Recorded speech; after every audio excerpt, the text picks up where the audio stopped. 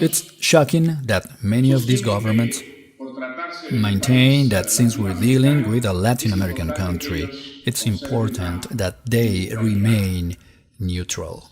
Maria Corina Machado said in Lima a few weeks ago that in certain cases being neutral is being complicit, and actually in this case, with what's happening in Venezuela, being neutral is being complicit. You cannot be neutral when facing the bubonic plague.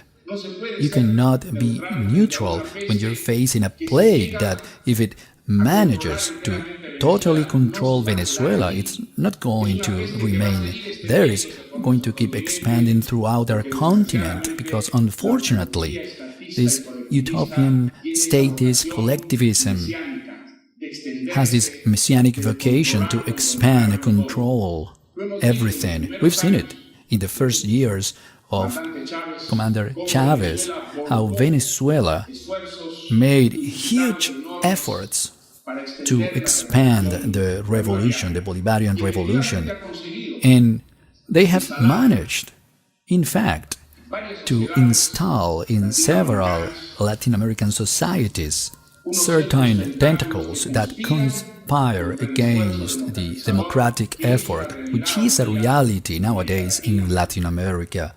And it's a reality represented not only by parties traditionally democratic, but also in cases like Uruguay and Chile, with left-wing parties that have finally accepted the road of development, the structure of development, a political democracy with a market economy. There are hundreds of thousands, millions of Latin Americans that see what's happening in Venezuela with huge admiration. They feel a solidarity with this struggle, this fight of Venezuelans for freedom, because they know this Venezuelan fight is not only for the freedom of Venezuela, but also for the freedom of Latin America as a whole.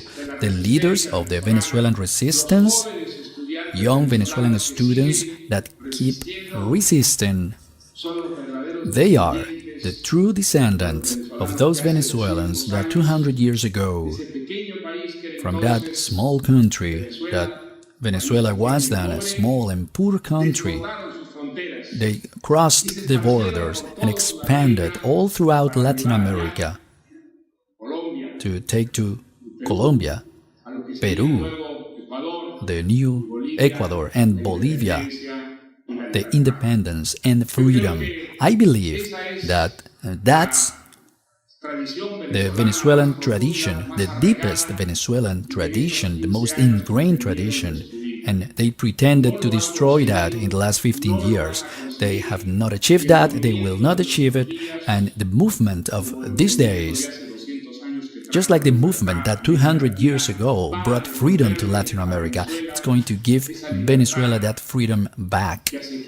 That freedom that 15 years ago started to deteriorate. I hope the tragic experience of these last years is instructive and turns out to be good, to strengthen deeply those ideas, the ideas of modernity, progress, human rights, and the critical spirit and freedom.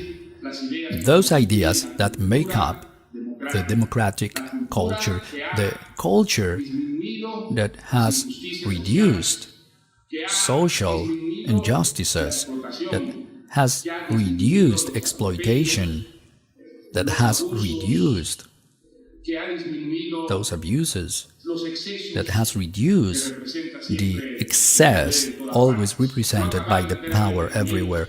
It has not been reduced completely. That fight is never going to be over, but countries that have progressed more are the countries that have adopted the idea of freedom we liberals have as something indivisible, as something that has to be projected, put forth at the same time in the social arena, the political arena, the economical arena, the cultural arena, and the individual arena. Those are the ideas that the most advanced countries have adopted to become what they are today, and those are ideas that fortunately recently are also growing in Latin America. It's true that many things are not in good shape in Latin America, but when looking at Latin America, we should not compare it with an unreachable ideal, but with what Latin America was 10, 15, 20 years ago. If we make that comparison with the past, progress is clear. Nowadays, we have much less dictatorships than in the past, and the populist governments that unfortunately still exist in our continent, those are the minority compared to the rest.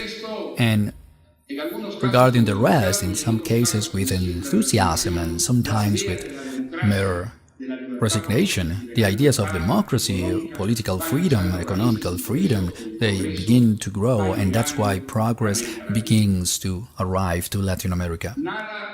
Nothing is more important for Latin America than having Venezuela added to this current of progress modernization based on the philosophy of freedom.